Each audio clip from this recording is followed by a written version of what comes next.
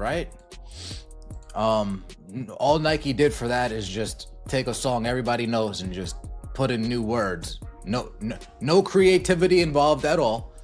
They're just going to take a song that everybody knows, patty cake, whatever the fuck song that is, and they're just going to change some words and put AjaWilson in there, okay? And then we have CaitlinClark's commercial.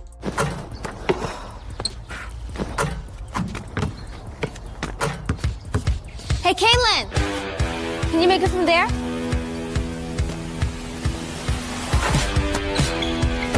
Hey, Kate. 40 years to the exact day, December 25th, 1985. Nike drops Michael Jordan's first ever Christmas commercial, introducing the Air Jordan 1 to the world. Fast forward to Chicago, December 25th, 2024. Nike rolls out CaitlinClark's From Anywhere campaign. That parallel isn't slick coincidence, and it's definitely not accidental. Nike doesn't play cute with history like that. But here's what nobody wants to say out loud. Another Nike athlete got a commercial this year too, and when you line them up side by side, the contrast is savage. Let's really unpack what you just watched. AjaWilson's commercial takes a nursery rhyme every human on earth already knows, swaps a few words, and calls it creative. Patty cake, baker's man. Except now it's AjaWilson. Don. That's it. That's the whole pitch. No layers, no story, no soul. Orders. Boom!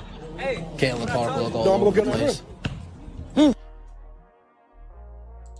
Now what I want to show you here is AjaWilson's commercial, and I'm going to play CaitlinClark's commercial right after that, just to show you the difference between the two.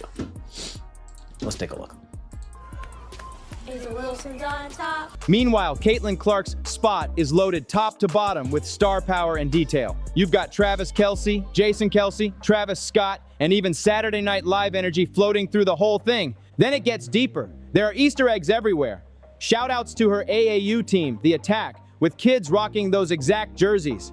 The whole commercial kicks off in a driveway because that's where CaitlinClark really built her game, shooting for hours as a kid. One creative team went all in, the other barely clocked in. Think about the work behind that level of production. Streets blocked off, Nike vans everywhere, full crews, lights blazing, and one of the biggest names in women's basketball filming in a regular neighborhood driveway, 2 houses down from families just eating dinner, peeking out their windows like, is that CaitlinClark right now? That's not casual, that's a message. Nike wasn't just making a commercial here, they were deciding who gets the full Michael Jordan treatment, and who gets the let's wrap this before lunch version. That's the tagline, that's the hook, that's the marketing weapon already flooding TikTok with people remixing it non-stop. From anywhere, can you hit it from here, from there, from anywhere? It's clean, it's sticky, and it taps straight into what makes CaitlinClark different from everyone else on the court. One phrase, one idea, instantly unforgettable. Now rewind and look back at the AjaWilson commercial. What's the tagline there? What's the line people are repeating? How about from here? Come on, guys. Yeah, she can't make it from there. No chance. Caitlin, conmigo, let's. You got it. I'm not even gonna ask.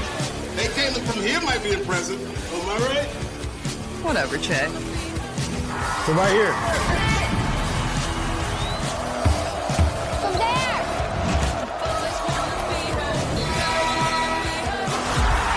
From anywhere. Now, if you can tell that one of these commercials actually took thought, planning, and the other one just took, let's just slap this together because she threw a fit about her shoe not coming out in time. Let's just throw this shit together and push it out there. I don't know what to tell you. What's the phrase you remember after it ends? There isn't one. It's just Aja doing basketball drills while a tweaked nursery rhyme plays in the background. No campaign vision, no slogan, no cultural spark, nothing for fans to grab onto, and this is where the timing gets loud. CaitlinClark's commercial drops on Christmas Day, 2024, exactly 40 years after Michael Jordan's first Christmas Nike commercial in 1985. That original spot had Jordan Chicago, Santa vibes, and the black and red Air Jordan 1, the launch pad for the most dominant sneaker line ever created. Nike is drawing a straight line between Jordan and Clark, no whispers, no subtle nods. They're shouting it. They're telling you how they see her value inside the brand, and that message is crystal clear. But here's where things get shaky. The commercial is fire. The buzz is exploding. The culture is locked in. And there's one major issue. There's no shoe to buy right now. We're sitting in late December watching this campaign catch flames everywhere. But the CaitlinClark signature sneaker isn't scheduled to drop until late April or early May. That's a 4 to to 5 month gap between lighting the match and selling the product. Nike did toss out some merch alongside the ad, so it wasn't a total misstep. But let's be real, when demand is peaking this hard, waiting months to deliver is a risky move. Now imagine the money sitting on the table because that signature shoe wasn't ready for Christmas. That's not pocket change, that's a massive bag just waiting to be picked up. And this is where we really need to talk about what creativity in advertising actually looks like. The CaitlinClark commercial isn't just polished, it's genuinely original. Nike hasn't moved like this in years. For the last 5 to 10 years, their ads have followed the same tired blueprint. Athlete runs, athlete jumps, dramatic music swells, swoosh flashes, fade to black. Done. This one broke the mold completely. It's funny, it's self-aware, it's loaded with cameos that actually make sense. These aren't random stars pulled off a list. Caitlin really knows these people. She's been on podcasts with Travis Kelce and Jason Kelce. She showed up on Saturday Night Live, which is exactly why the Michael Che cameo actually lands. It all connects to her real journey. I live in a development. Imagine being one of the neighbors on this block, and you just turn to your right. Look at that car pulling up. Here we go. Pulling. Like, look at that car pulling up, getting ready to turn into their driveway, and then out of nowhere they see a Nike van here, a Nike van there, commercial crew here, commercial crew there, and then in like your neighbor's house, two houses down in their driveway, you're like, is that Caitlin? Well, what's she doing here? That's storytelling, that's effort, that's a creative team actually doing homework. Now stack that next to the AjaWilson commercial. Take a song everyone already knows, swap the lyrics, roll cameras, and keep it moving. That's not creativity, that's deadline panic. That's what happens when it's Thursday afternoon and the brief is due Friday morning. And let's be clear, this is not a knock on Aja as a player. She's a 2-time MVP, a champion, and one of the most dominant forces the WNBA has ever seen. This isn't about talent, it's about investment, because one athlete got the full rollout, the other got the bare minimum, and that gap matters. It tells you how Nike really sees their value, no matter what the press releases say. You can talk about supporting women's sports all day. You can promise growth and equality, but commercials don't lie. Creative effort doesn't lie. Budgets don't lie. CaitlinClark's spot took months of planning, scouting the perfect driveway, locking down permits, coordinating multiple A-list schedules, and that level of commitment says everything. Building a concept from scratch that's bold enough to go viral, then locking in a tagline that turns into a real cultural moment, that's serious investment. That's the same belief Nike once showed with Michael Jordan. That kind of move tells you this athlete is expected to carry the brand for the next decade. Meanwhile, AjaWilson got a commercial that looks like it could have been finished in a week. Take a nursery rhyme, shoot some basketball clips, mash it together, and ship it. That's not a vision. That's checking a box that says, we made something without caring if it actually sticks. Here's the uncomfortable truth nobody wants to say out loud. AjaWilson had every right to be frustrated about her shoe timeline. She earned that feeling. She's a 2-time MVP and a champion. But Nike's response wasn't to match the creative energy they gave CaitlinClark. Instead, it felt like a rushed commercial meant to calm things down, not elevate her moment. Now look at the contrast. The CaitlinClark commercial aired during NFL games on Netflix and NBA games on ESPN and ABC. Primetime, maximum visibility, Christmas Day placement, add the 40-year anniversary callback to Michael Jordan, and this stops being lucky timing and starts looking intentional. Nike wasn't guessing here. They were sending a message about who they believe will drive their business into the next generation. And that message gets louder when you zoom out. Think about what this means for the future of the WNBA market. If Nike is willing to show this level of creative separation between two of the league's biggest stars,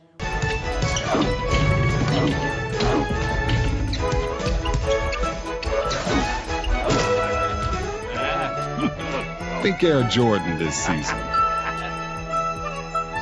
By Nike.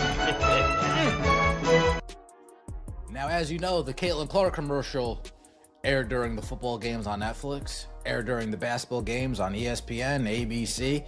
The Nike commercial came at the perfect time as far as Christmas release goes. Yes. what does that tell other brands? What does that tell other athletes? The message is clear. Market value drives creative investment. Creative investment drives cultural impact. The From Anywhere campaign is already catching fire. People are remixing it on TikTok. The phrase is sticking because the idea was built to live beyond the screen. That's what happens when you invest in a real concept. Not just a commercial meant to fulfill a contract and vanish after a 30-second spot. This is how something turns into culture. And let's be real, Nike isn't a charity, it's a business. They put money where they expect returns, period. The CaitlinClark commercial cost more, took more planning, demanded more coordination, and required real creative risk. Nike made that choice because they believe she's going to move shoes at a level that justifies every dollar spent. On the flip side, the AjaWilson commercial clearly cost less, required less effort, and landed with far less impact. That's not personal. That's a revenue projection decision. One athlete is expected to generate massive sales. The other gets a lower cost rollout. Cold business math.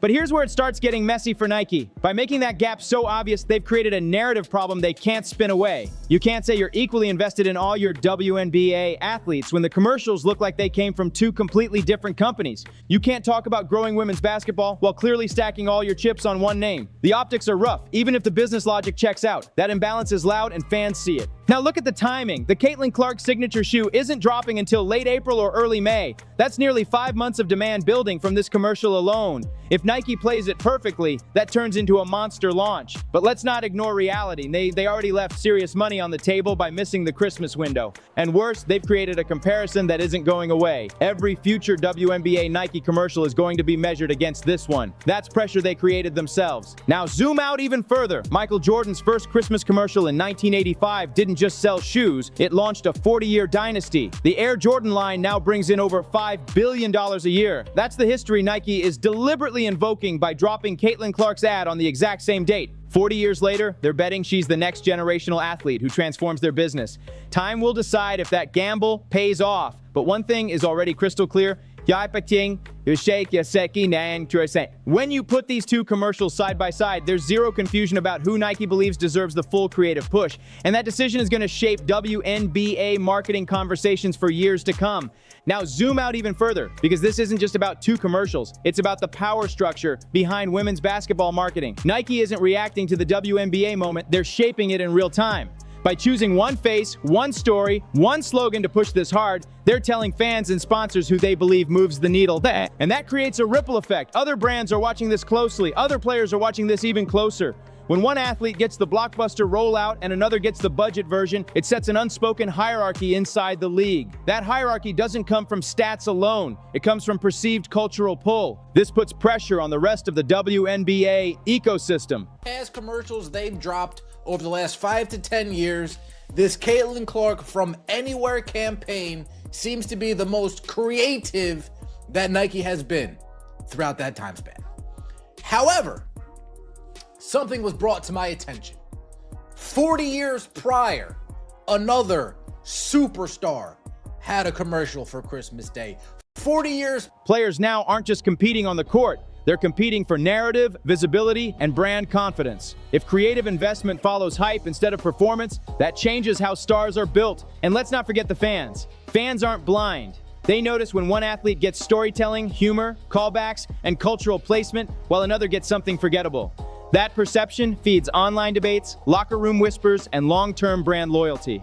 For CaitlinClark, this moment is massive. She's being positioned as the centerpiece, the gateway, the crossover star who pulls new audiences into the league. That's powerful, but it also comes with expectations that never stop climbing. For AjaWilson and others, the message is uncomfortable, but clear. Excellence alone doesn't guarantee equal creative backing. Market perception drives marketing muscle, whether people like it or not. And that's the real tension going forward. Nike didn't just launch a campaign, they lit a flare that exposed how modern sports marketing actually works. The question now isn't who's the best player, it's who brands believe can carry the culture next. And that debate is only getting louder from here. And here's where the conversation really heats up. This situation is already splitting fans straight down the middle. On one side, you've got people saying the market decides everything. Whoever brings eyeballs gets the biggest push. On the other side, you've got fans asking why dominance on the court doesn't automatically translate to equal creative revenue. That tension isn't going away. It's only getting louder as more eyes flood into the WNBA. New fans are being introduced to the league through one storyline, one face, one campaign. And when that happens, it shapes how the entire league is perceived. For CaitlinClark, this spotlight is a rocket boost. She's being framed as the bridge between women's basketball and mainstream sports culture. That's huge, but it also puts a target on her back that she didn't personally ask for. For AjaWilson, the frustration is understandable. Championships, MVPs, consistency, those things matter on the court. But this moment is exposing that marketing doesn't always follow basketball logic. And let's be clear, this isn't about tearing anyone down. It's about exposing the reality behind brand decisions. Nike is choosing where to lean in hardest, and that choice reshapes narratives, endorsement paths, and even future contract leverage. This debate is now bigger than one shoe or one commercial.